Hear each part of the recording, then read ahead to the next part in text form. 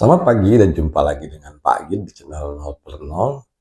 Kejadian tadi yaitu pengerusakan sebuah rumah ya di daerah Cidahu, Sukabumi, Jawa Barat. Ini kejadian tanggal 28 Juni 2025, di mana pada saat itu sedang diadakan retreat anak-anak SMA ya.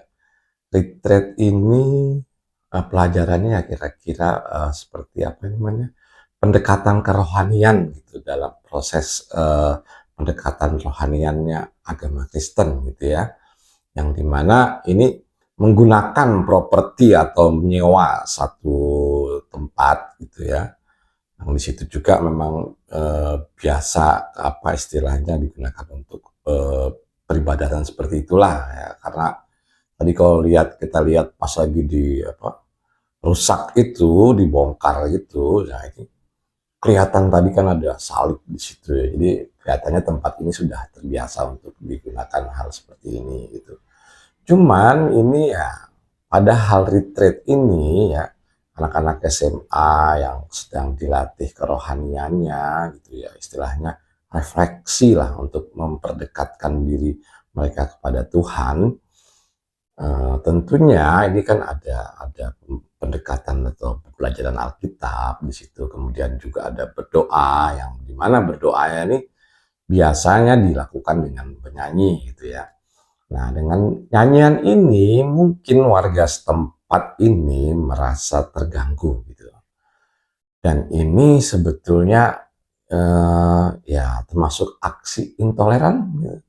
Karena ya seperti itu, dengan mereka mungkin wah ini ada nyanyi beribadah dengan tidak memakai izin, pasti itu tedeng aling-alingnya yang digunakan tidak lain dan tidak bukan adalah izin. Ibaratnya masalah izin ini itu nggak kelar-kelar gitu. Dari dulu hingga sekarang itu masalah yang klasik lah yang diungkapkan tuh. Jadi ini bukan tempat ibadah, tidak ada izin, itu masalah yang klasik. Nah, kalau kita mau bercermin gitu ya, masjid dan musola yang ada di Jawa Barat itu ribuan yang tidak berizin, banyak gitu. Tapi kenapa nggak ada yang berani memprotes seperti ini? Dan orang Muslim sendiri tanpa izin pun santai-santai aja gitu. Jadi ini bukan masalah izin kalau menurut Pak Agit. Ini lebih kepada aksi intoleran gitu. Dan di mana Kang Deddy? Kang Deddy yang kelihatannya ya ingin membangun Jawa Barat dengan baik gitu, dengan kalau kita lihat gitu ya kontennya A, B, C, D. Tapi kalau di sini ya ini udah tanggal 30, udah 2 hari nggak ada aksi atau reaksi dari Kang Deddy Mulyadi gitu. Ya Kang Deddy oke lah kalau teman-teman fans ada yang bagus segala macam, oke lah. Tapi dalam hal ini Kang Deddy punya peran penting juga untuk menyelesaikan kasus ini gitu. Harusnya kasus ini juga ditindak secara cepat gitu. Disamperin ke lokasi, lihat apa yang terjadi gitu. Kemudian arahan apa yang harus dilakukan ini ya sebetulnya bukan Kang Deddy aja ya, tapi dari pusat juga, artinya Kementerian Agama, dari Pak Prabowo sendiri gitu ya. Ya, kasus ini sering terjadi ya di daerah-daerah Tangerang, Jawa Barat gitu ya. Kasus-kasus intoleransi ini ya kalau kita tahu kan nomor satu itu di Depok gitu ya. Jadi yang sering terjadi itu di situ gitu. Nah, Jawa Barat ini termasuk rawan intoleransi. Kalau ini tidak diselesaikan secara cepat, tentunya ya ini nanti akan apa namanya ketutupan dengan ini yang lain gitu, isu yang lain, di mana hal ini yaitu forum keagamaan di wilayah setempat di Cidahu menyatakan perihal seperti ini. Yuk kita cek. Sehubungan dengan terjadinya insiden kerusakan rumah yang dijadikan tempat ibadah, maka dengan ini kami dari Forkopimda Kecamatan Cidahu dan segenap lembaga keagamaan Kecamatan Cidahu serta tokoh masyarakat, tokoh pemuda menyatakan satu bahwa situasi dan kondisi di wilayah Kecamatan Cidahu kondusif dan siap memelihara dan menjaga stabilitas keamanan di wilayah Kecamatan Cidahu. Dua, tidak akan terulang kembali kejadian insiden tersebut. Tiga, meminta jangan sampai lanjut ke proses hukum dan diharapkan diselesaikan dengan cara musyawarah mufakat. 4. Kami siap untuk mengganti kerusakan dan memperbaiki rumah tersebut. 5.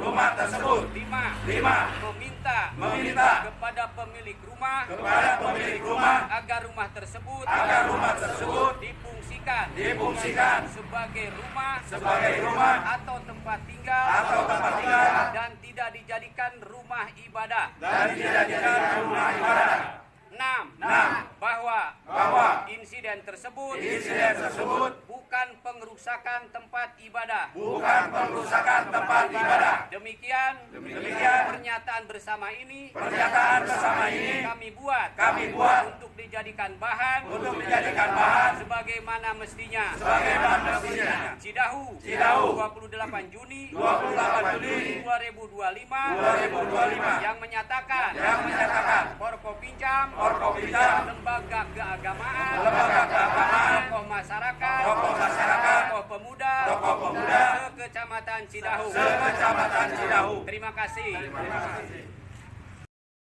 Nah, demikianlah istilahnya pernyataan dari tokoh pemuda, tokoh agama sekecamatan Cidahu itu yang menyatakan kalau itu bukan pengerusakan tempat ibadah, tapi pengerusakan rumah ya, insiden, dan siap mengganti, tapi dalam konteks segalanya ini ada syarat, yaitu jangan dinaikkan ke hukum gitu. Dan ya begitulah gitu. Akhirnya juga menyatakan ini minta diselesaikan secara mufakat gitu, musyawarah mufakat. Loh, kalau mau musyawarah mufakat, kenapa sebelum kejadian awal itu terjadi musyawarah dulu mufakat ya? Misalnya ada ibadah gitu pas di rumah itu, misalnya katakanlah mereka nggak suka atau apa gitu ya. Nah ini mereka masuk ngetok, ajak musyawarah mufakat gitu. Dan tidak akan terjadi seperti ini kalau diawali dengan musyawarah mufakat. Tapi kenapa waktu awal itu langsung menghantam gitu loh, artinya masuk ke tempat tersebut gitu ya, merusak fasilitas yang ada, yang membuat di dalamnya itu pun kocar kacir gitu, yang mereka anak-anak SMA ini pun akhirnya kabur gitu dari acara retreat tersebut. Ini adalah penyelesaian yang biasanya dikerjakannya seperti ini gitu, jadi tidak dinaikkan ke masalah hukum gitu ya. Selesai di situ, musyawarah mufakat akan memperbaiki dan membuat konteks yang tidak hilang ya. Artinya konteks tersebut adalah tempat ini adalah bukan tempat ibadah, jangan digunakan buat ibadah. Nah, konteksnya itu pasti seperti itu teman-teman. Entah itu kemarin yang ada di Bandung atau di Tangerang, di mana tuh tempat gitu ya, konteksnya tuh nggak hilang dari itu. Kalau kita mau larikan balik lagi gitu ya, seperti Pagi ungkapkan tadi itu, coba lihat, cek musola dan masjid yang tidak berizin di Jawa Barat. Itu banyak. Tetapi kenapa warga non-muslim tidak berani memprotes? Ya karena minoritas posisinya. Jadi karena mereka mayoritas, ya muslim ini mayoritas, mereka berbuat semaunya gitu. Mentang-mentang mereka mayoritas, wah hukum harus ditegakkan gitu ya. Tapi begitu mereka yang kena posisinya, ya mereka tidak punya izin. Santai-santai aja, toh mereka lebih kuat, lebih banyak orangnya. Kondisi ini tidak selesai-selesai dengan sangat memprihatinkan di Indonesia yang ya kalau menurut Pak Git dari pemerintah pusat juga tidak ada respon apa sama sekali gitu ya. terutama dari Menteri Agama gitu ya. Ya wakilnya Pak Prabowo kan dalam urusan agama ini adalah Menteri Agama yang harusnya merespon secara cepat gitu. Baik, kita ambil kesimpulannya teman-teman. Yang pertama, kegiatan seperti ini atau aksi-aksi seperti ini tidak akan selesai dan akan terjadi setiap tahunnya bila yang pertama tidak ada tindakan tegas dari pemerintah, entah itu pemerintah pusat, pemerintah daerah ya, itu akan terjadi terus dan terus gitu, yang akhirnya diselesaikan dengan mufakat, itu tidak dinaikkan ke hukum. Nah, ini akan terulang terus gitu. Yang kedua, kejadian ini juga akan terjadi karena masyarakat Indonesia yang kategorinya itu ya boleh dikatakan rata-rata tidak cerdas gitu, tidak bisa memahami agama yang seperti apa adanya agama gitu, yang dipikir agama ini adalah kalau orang melakukan A itu dosa. Nah, katakanlah gini ya, dalam sudut pandang Islam gitu ya, orang melakukan kegiatan mengkaji Alkitab, bernyanyi itu melakukan dosa, makanya harus digempur. Nah, ini adalah tindakan intoleransi yang tidak dimengerti oleh orang-orang tersebut ya. Sebetulnya kalau kita lihat, mereka ini cuma orang-orang yang dipicu ya. Kalau lihat kecerdasannya dengan gaya-gaya mereka itu ya, yang dipicu dengan itu, dengan hal-hal doktrin dogma yang sifatnya membuat mereka menjadi fanatik buta. Menurut Pak Gid ini cukup sekian dan terima kasih.